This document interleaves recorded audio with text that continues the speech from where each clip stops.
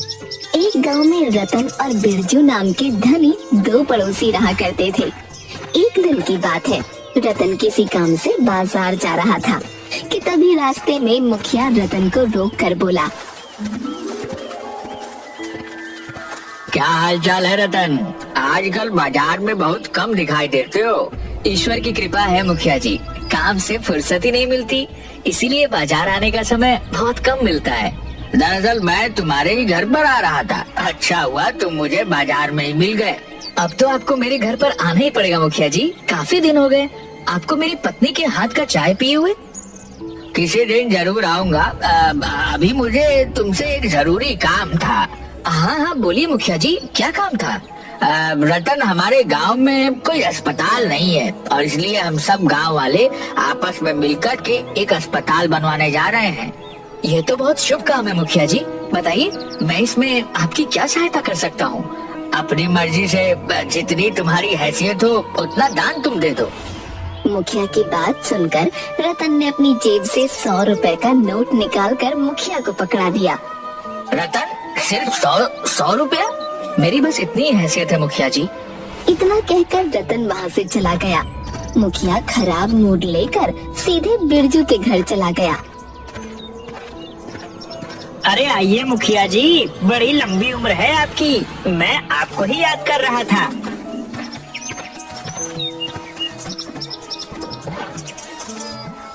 कैसे हो बिरजू? सब कुछ कुशल मंगल तो है ना? ईश्वर की कृपा है मुखिया जी, सब कुछ सही है। और सुनाइए, कैसे आना हुआ? अरे तुमने तो सुना ही होगा कि गांव में एक अस्पताल बन रहा है। हाँ मैंने सुना है और मुझे यह भी पता है कि सभी गांव वाले आपस में मिलकर चंदा दे रहे हैं, इसलिए आपके आने से पहले ही मैंने 10 लाख रुपए का चेक आपके नाम का काट रखा है। क्या बात है बिरजू, मुझे तुमसे यही उम्मीद थी। लेकिन तुमने चेक मेरे नाम क्यों काटा? हॉस्पिटल के नाम ही चेक काट देते। आप हमारे गांव के मुखिया हैं, मुझे आप पर पूरा भरोसा है। एक तुम हो और एक वो तुम्हारा पड़ोसी रतन है। जानते हो उसने अस्पताल को कितना दान दिया है? सिर्फ 100 रुपए। मेरी समझ में नहीं आता कि इतना धन का आखिर वो करेगा क्या। उसने तो कंजूसी की हद ही कर दी। इतना बोलकर मुखिया वहाँ से चला गया। कुछ देर बाद बिरजू संपत के साथ अपने खेत में चला गया। संपत बिरजू से बोला, इस गांव में सबसे ज्यादा दान हॉस्पिटल को आपने दिया है, अब तो हॉस्पिटल का उद्घाटन आपके ही हाथ होगा। जब सबसे अधिक दान मैंने किया है तो फिर उद्घाटन भी मेरे ही हाथ होगा। वैसे मुझे रतन से ऐसी उम्मीद नहीं थी, वह इतना कंजूस निकलेगा यह नहीं कभी सोचा था। संपत की बात सुनकर बिरजू मुस्कुरा कर रह गया। समय ऐसे ही बीतता गया। एक दिन की बात है, रतन अपने घर पर अपनी पत्नी के साथ भोजन कर रहा था कि तभी गांव का एक व्यक्ति वहां आ गया। क्या हुआ श्यामलाल चाचा, आप इतने घबराए हुए से क्यों हैं? रतन, मेरी पत्नी बहुत बीमार है, डॉक्टर ने उसका ऑपरेशन बता दिया है और तुम तो मेरी हालत जानते हो। मैं तुमसे यहाँ पर मदद मांगने के लिए आया हूँ। चिंता मत करो श्यामलाल चाचा, ईश्वर पर भरोसा रखो, सब कुछ सही हो जाएगा। मुझे 10,000 की सख्त जरूरत है रतन, और इस पूरे गांव में सिर्फ तुम ही हो जिससे मैं पैसे उधार मांग सकता हूँ। मैं तुम्हारे पैसे बहुत जल्द लौटा दूंगा। मुझे माफ कर दो श्यामलाल चाचा, मेरे पास 10,000 रुपए अभी इस समय नहीं है। इस समय मैं तुम्हारी 2,000 रुपए की मदद कर सकता हूँ। इतना कहकर रतन ने 2,000 रुपए श्यामलाल को पकड़ा दिए। मुझे तुमसे ऐसी उम्मीद नहीं थी रतन।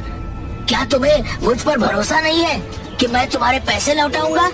ऐसी बात नहीं है श्याम चाचा, मुझे आप पर पूरा भरोसा है, लेकिन यकीन मानिए मेरे पास इस वक्त सिर्फ 2,000 रुपए ही पड़े हैं जो मैं आपको देने के लिए तैयार हूँ। यह 2,000 भी अपने पास रख लो। जहाँ से मैं बाकी रुपए का इंतजाम करूंगा वहाँ से मैं 2,000 रुपए का भी इंतजाम कर लूंगा। अरे लानत है तुम पर रतन, इतनी धन दौलत होने के बाद भी किसी व्यक्ति की मदद तक नहीं कर सकते। श्यामलाल क्रोधित होता हुआ घर से बाहर निकला। रतन श्यामलाल को आवाज लगाता हुआ घर से बाहर आ गया, मगर श्यामलाल ने उसकी बात नहीं सुनी। तभी रतन की पत्नी भी घर से बाहर निकल कर आ गई मुझे लगता है श्यामलाल चाचा को पैसों की कुछ ज्यादा ही जरूरत होगी। मैंने उन्हें कभी इतने गुस्से में नहीं देखा। क्या मैंने उन्हें पैसे देने से इनकार किया था? मेरे पास सिर्फ इतने ही पैसे पड़े हुए हैं। मेरी समझ में नहीं आता कि आपके पास अच्छी खासी खेती है। हर साल आपकी फसल गांव में सबसे अच्छे दामों में बिकती है। आपके पास से इतना पैसा आखिर जाता कहाँ है? भूलो मत कि हमारे बच्चे गांव से बाहर शहर में पढ़ते हैं। उनकी स्कूल और मेंटेनेंस का खर्चा कितना आता है, और फिर हमारे घर के खर्चे भी कुछ कम नहीं है।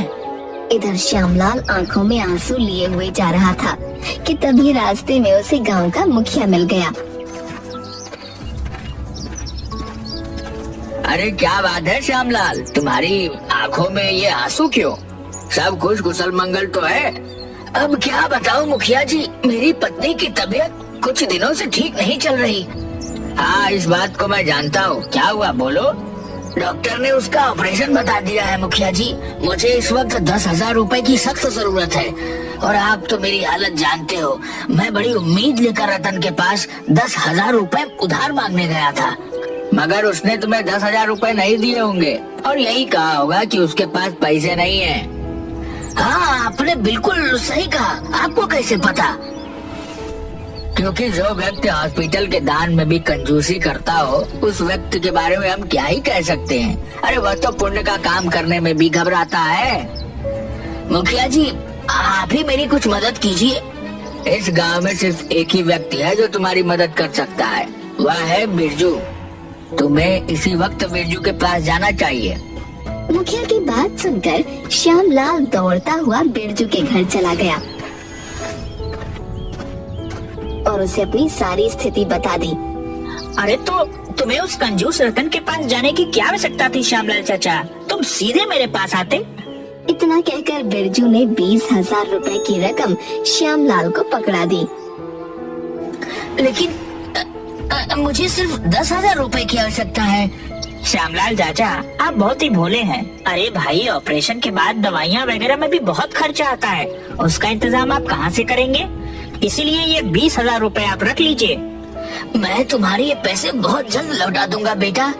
श्यामलाल चाचा, इन पैसों को लौटाने की कोई आवश्यकता नहीं है।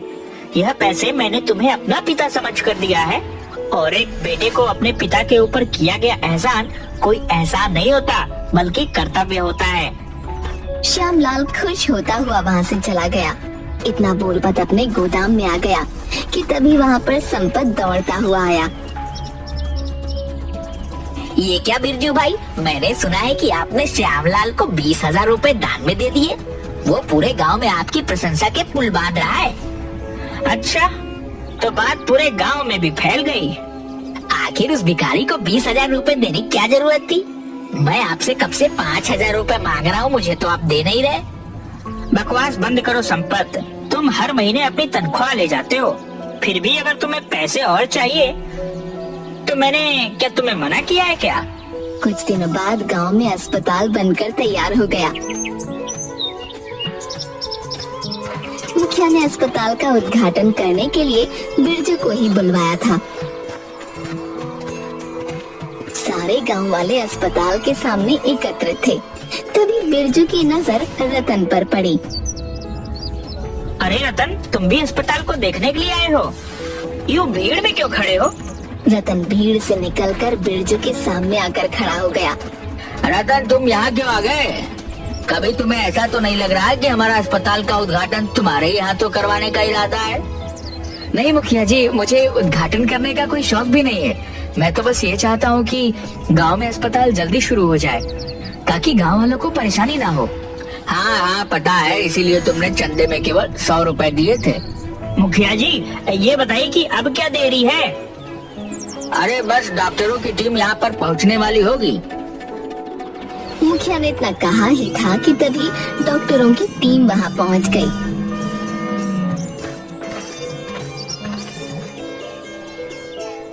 बिरजू अस्पताल का रिबन काटने ही वाला था कि तभी अचानक वो बेहोश होकर गिर गया। अरे ये क्या हुआ? ये अचानक बेहोश कैसे हो गया?